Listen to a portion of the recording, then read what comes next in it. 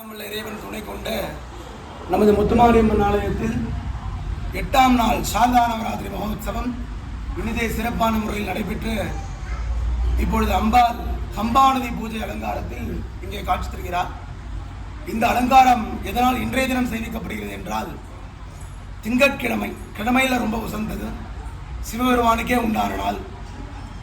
சந்திரனை தூக்கி தலையில் வச்சுட்டு அற்புதமாக எல்லாருக்குமே அருள் பாலிக்கக்கூடிய நமது சோமநாதரோட அற்புதமான நாள். 8 அப்படிங்கக்கூடிய எண் பார்த்தீங்கன்னா நம்ம சனி பகவானோட ஆதிக்கம் நிறைந்தது.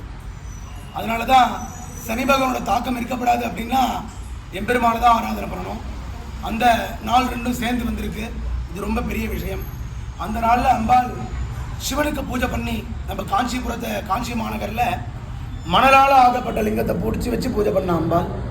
அதனால தான் அவளுக்கு பார்த்தீங்கன்னா சரிபாதி கிடச்சிது. அம்பாளோட சிவனோட உடம்புலேருந்து சரிபாதி கிடச்சிது. அந்த மாதிரி நம்மெல்லாம் அவ்வளோ தவம் இருக்க முடியாது. என்னால் இந்த அலங்காரத்தை கண்டு கழிச்சு முடிஞ்ச அளவுக்கு எம்பெருமான் மேலே பக்தி பண்ணி நம்ம அந்த பிரசாதத்தை பெற்றுக்கிறோம். அவருடைய அற்புதமான நாள் 8ஆம் நாள் திருவிழா சாரதா நவராத்திரி நடந்துருக்கு.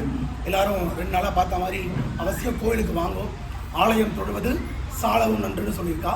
அவருடைய முத்துமாரியாலும் எல்லாருக்கும் கிடைக்கணும். ஓம் சக்தி பராசக்தி.